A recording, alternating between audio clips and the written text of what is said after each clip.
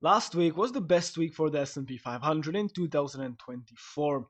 As we can see, there is green all over the board and many companies have risen well over 6% just over the past week. This week the S&P 500 hit its all-time new high, crossing 6,000 points for the first time ever.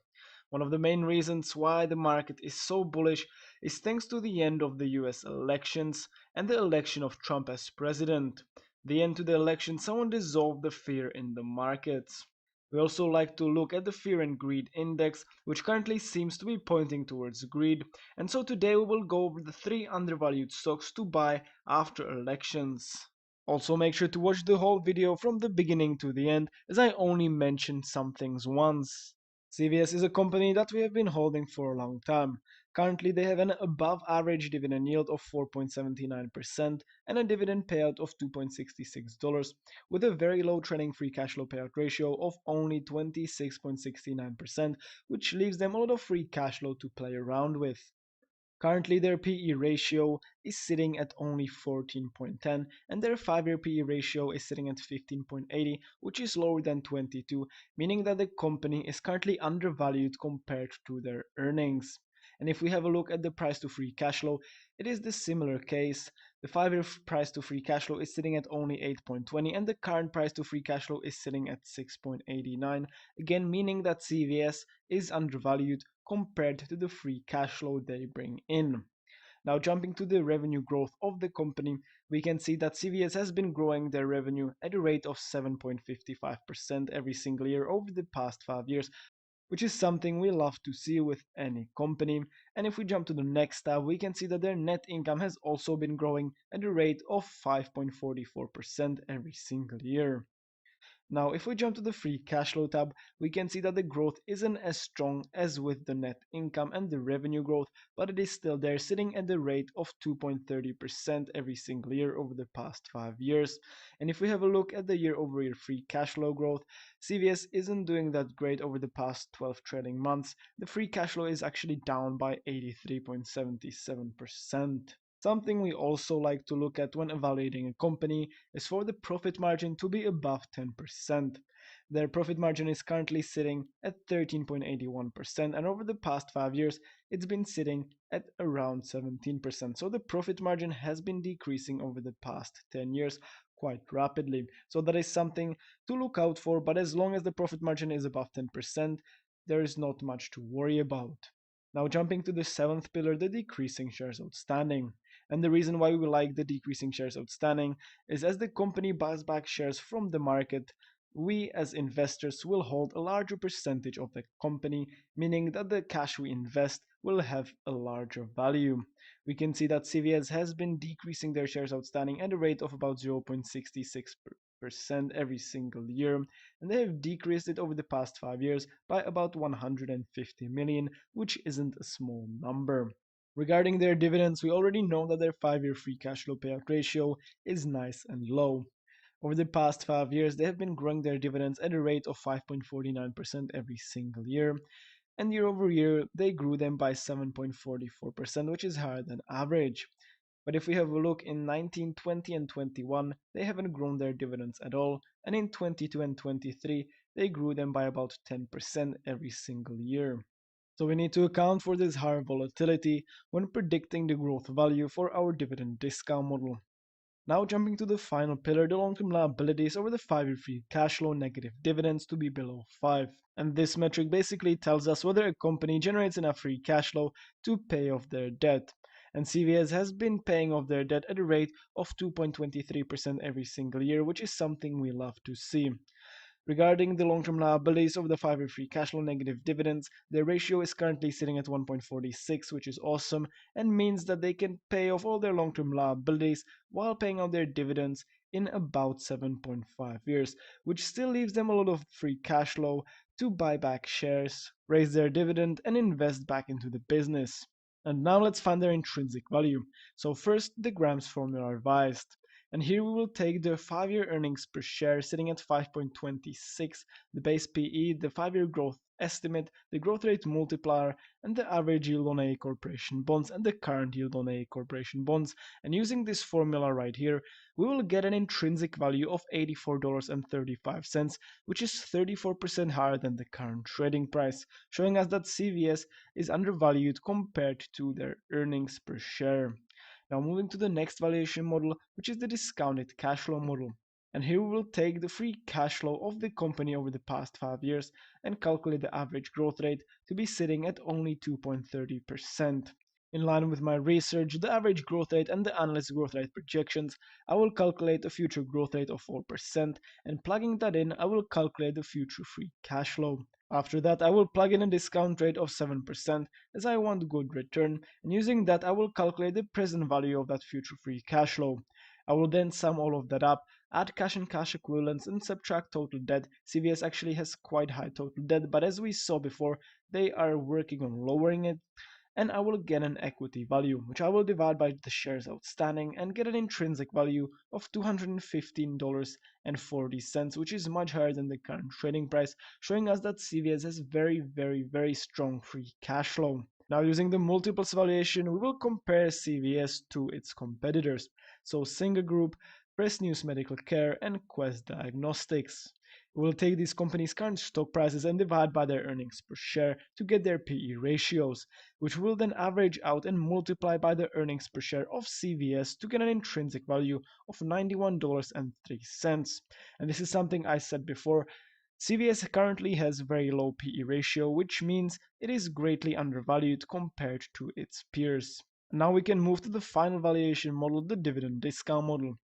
Here we will calculate the average growth rate over the past 5 years to be sitting at 5%. Now, as I said, as I pointed out the volatility, therefore I will project a slightly lower growth rate of 4.5%, and using that I will get an intrinsic value of $101.16, again quite higher than the current trading price. And finally, moving to our ultimate valuation, I will switch the alternative dividend discount model to the dividend discount valuation, and averaging out those four valuations, we'll get an intrinsic value of $122.98, which is 121% higher than the current trading price. Now, if we plug in a high margin of safety of 20%, we'll still get an acceptable buy price at $98.39. So overall, it seems like CVS is currently undervalued. They are undervalued compared to their earnings, so their PE ratio. They also have great growth and above average dividend yield. Now, if you find these spreadsheets helpful, you can always download them at the link in the description. Now, getting back to the second company we consider a great buy after the presidential elections, United Parcel Services or UPS. The company is down by 1.27% over the past day, and over the past year they are down by 6.70%, so they have been beaten down quite bad. Now, jumping to our stock valuation spreadsheets, we'll plug in the ticker UPS and wait for the metrics to show up. And we can see again UPS has an above average dividend yield of 4.92%, slightly higher than the dividend yield of CVS. The dividend payout is sitting at 6.52, and the trailing free cash flow payout ratio, although higher than CVS's, still isn't that high, sitting at 65.50%. Now jumping to the first pillar to have a look at the PE ratio. Currently UPS has a PE ratio of 20.01, which is lower than the 22 we want to see, and over the past 4 years they have been keeping their PE ratio nice and low, which means they would be considered undervalued compared to their earnings. Regarding their price to free cash flow, it's a similar story. Currently it's sitting at 22.41, so very close to the 21 we'd like to see. And although in 2023 it was sitting very high, in 2021 and 22, and currently the price to free cash flow is sitting at a decent value. Now regarding the growth of the company, we can see that their revenue has been growing at a rate of 4.53% every single year. Their net income has been growing as well, although not by 144%. We can see the huge increase from 2020 to 2021 from 1.3 billion to 12.8 billion. Overall, it has been growing at a rate of about 10%. And regarding the free cash flow, it has been growing on average at a rate of 44.60% every single year. We can see it increased from $2.2 billion in 2019 to $5 billion in 23, which is a very nice growth.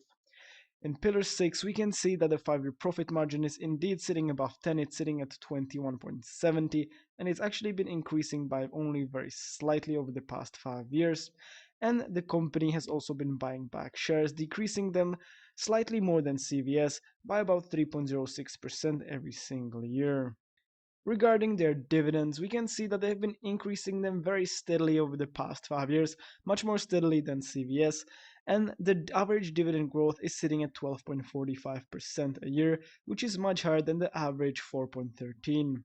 And finally, to the pillar number 9, the long-term liabilities over the 5-year free cash flow negative dividends, and the ratio is also sitting very low at only 0.92, meaning that they can pay off all their long-term liabilities in about 4.5 years.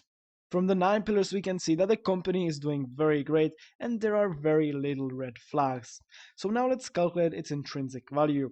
Now using the Graham's formula revised, we'll take the 5-year earnings per share sitting at 8.47, and we will take all the other values, and using the Graham's formula, we will arrive at an intrinsic value of $171.48, 23% higher than the current trading price. And if we jump to our discounted cash flow model, we will again take the average growth rate to be sitting at 44.60%, the analyst predicted growth rate of 3.47%. I will plug in a growth rate of 8% and an initial growth number of 5 billion, which is the growth number from 2023 or the free cash flow from 2023. Now regarding the discount rate, I will plug in a slightly higher discount rate of 8%, and we will get an intrinsic value of $155.53. Now jumping to the multiples valuation, we'll compare UPS to FedEx and ZTO Express. We'll take these companies' current stock prices and divide by their earnings per share to get their PE ratios, and then we will average out those PE ratios and multiply by the earnings per share of UPS and get an intrinsic value of $109.26, which is lower than the current trading price of the company. And so it isn't that much undervalued compared to its earnings after all. And finally, moving to the dividend discount model, we will take the dividend payout over the past 5 years, and I will project a growth rate of 8% into the future. Now, because of the mathematics within the dividend discount model, when the projected growth rate is higher than the discount rate, the model doesn't work and it shows a negative value. And therefore, we have our alternative dividend discount model, where we take the next year's dividend predicted by our projected growth rate, the stock price next year predicted by analysts, and the discount rate, and get an intrinsic value of $147.83, which is slightly higher than the current trading price. And jumping to the ultimate valuation, we'll switch the dividend discount model to the alternative one and average out the 4 valuations and get an intrinsic value of $155.03, which is 17.06% higher than the current trading price. And if we plug in a margin of safety of 20%, we will get an acceptable buy price of $124.03. And if we jump back to Seeking Alpha, we can see that the company has been trading around these values just about 3 or 4 months ago. We can also plug in a lower margin of safety of say 10%, and in that case we would have an acceptable buy price at $139.53, which is only slightly higher than the current trading price. So overall, United Parcel Services isn't as undervalued as CVS, but it's still undervalued. It has very nice earnings growth, low long-term liabilities, growing dividend, and an above average dividend yield. For the third undervalued company, we chose Dollar General Corporation or DG, and the company is currently trading at $77.20, and over the past year it is down by 34.47%. And so we can jump to our stock screen and plug in the ticker DG and wait for the metrics to show up. And as we can see, they also have a very low trailing free cash flow payout ratio, an above average dividend yield of 3.07%, with a dividend payout of $2.36 per share. Now jumping to the first pillar, we can see that compared to their earnings, the company is undervalued. Their price to earnings is currently sitting at only 12.01, which is lower than 22, and their 5-year average is sitting at 17.44, with their price to earnings actually decreasing by 5.75% every single year. Now, that is not the same case with the price to free cash flow. The price to free cash flow is actually sitting at 24.63, which would hint that Dollar General is slightly overvalued compared to their price to free cash flow. And regarding their growth, the average revenue has been growing by 7.67% over the past 5 years. The net income has been growing by only 0.01%, so not much growth in net income. And the free cash flow has actually been decreasing as well, decreasing from about 1.5 billion in 2019 to only about 700 million in 2023. Now, regarding the profit margin of the company is sitting currently at 29.67, so very close to the 5-year average profit margin, showing us the very low volatility. Now, even though they currently don't have that much free cash flow, they've been buying back shares quite rapidly at a rate of about 3.05% every single year, and have decreased them from 257 million in 2019 to only 219 million in 2023. Now, if we jump to the dividends tab, we can see that they have been increasing their dividends every single year over the past 5 years. But year over year, they actually haven't increased their dividends at all. So that is something we have to account for when doing the dividend discount model. And finally, jumping to the ninth pillar, the long-term liabilities over the 5-year free cash flow negative dividends. This one is actually sitting at the highest ratio from the 3 companies we evaluated today, sitting at 2.47, meaning that they would be able to pay off all their long-term liabilities within about 12.5 years. The 5-year long-term liabilities growth is actually increasing. We can see that in 2019, they have been sitting at about $11.5 billion in long-term liabilities, and currently they're sitting at $17.4 billion.